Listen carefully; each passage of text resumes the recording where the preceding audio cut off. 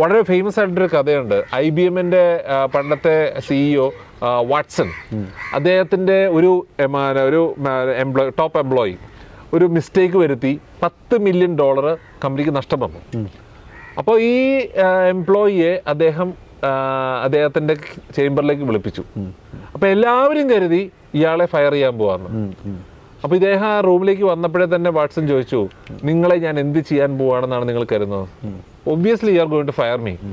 അപ്പം അദ്ദേഹം പറഞ്ഞ മറുപടി ഇതായിരുന്നു, you can't be serious. I have just spend $10 million educating you. കാരണം ഇദ്ദേഹം ഇപ്പോൾ $10 മില്യൺ വിലയുള്ള ഒരു ലേണിംഗ് പഠിച്ച ഒരു ലെസൺ പഠിച്ച ഒരാളാണ്. അങ്ങനെ ഒരു എംപ്ലോയി ആ കമ്പനിയിലില്ല. അപ്പോൾ ആ എംപ്ലോയി അത്രയും വാല്യുബിൾ ആണെന്നുള്ളതാണ്. ഇപ്പോൾ നമ്മൾ പല ട്രെയിനിങ്ങുകൾക്കൊക്കെ വിടുന്നതും ഒക്കെ തെറ്റുകളിൽ നിന്ന് പഠിക്കാൻ വേണ്ടിയിട്ടാണ്. അപ്പോൾ $10 മില്യൺ ഒരു ലേണിംഗ് ഉള്ളൊരു എംപ്ലോയി എന്ന് പറഞ്ഞാൽ you are the most valuable employee എന്നുള്ളൊരു പെർസ്പെക്റ്റീവാണ് കാണുന്നത്. അപ്പോൾ നമ്മുടെ മൈൻഡ് സെറ്റിലും നമ്മുടെ ജീവിതത്തിലും ഓരോ തെറ്റുകൾ ഉണ്ടാവുമ്പോഴും ഓരോ ഫെയിലിയർ ഉണ്ടാവുമ്പോഴും we should consider it as an opportunity for learning. കാരണം നമ്മുടെ ജീവിതത്തിൽ ഇപ്പോഴത്തെ ഒരു സിസ്റ്റത്തിൻ്റെ പ്രശ്നം എന്ന് പറഞ്ഞു കഴിഞ്ഞാൽ നമ്മുടെ കുട്ടികൾക്ക് എക്സാമിൽ തോക്കാൻ പറ്റുമോ? പറ്റില്ല.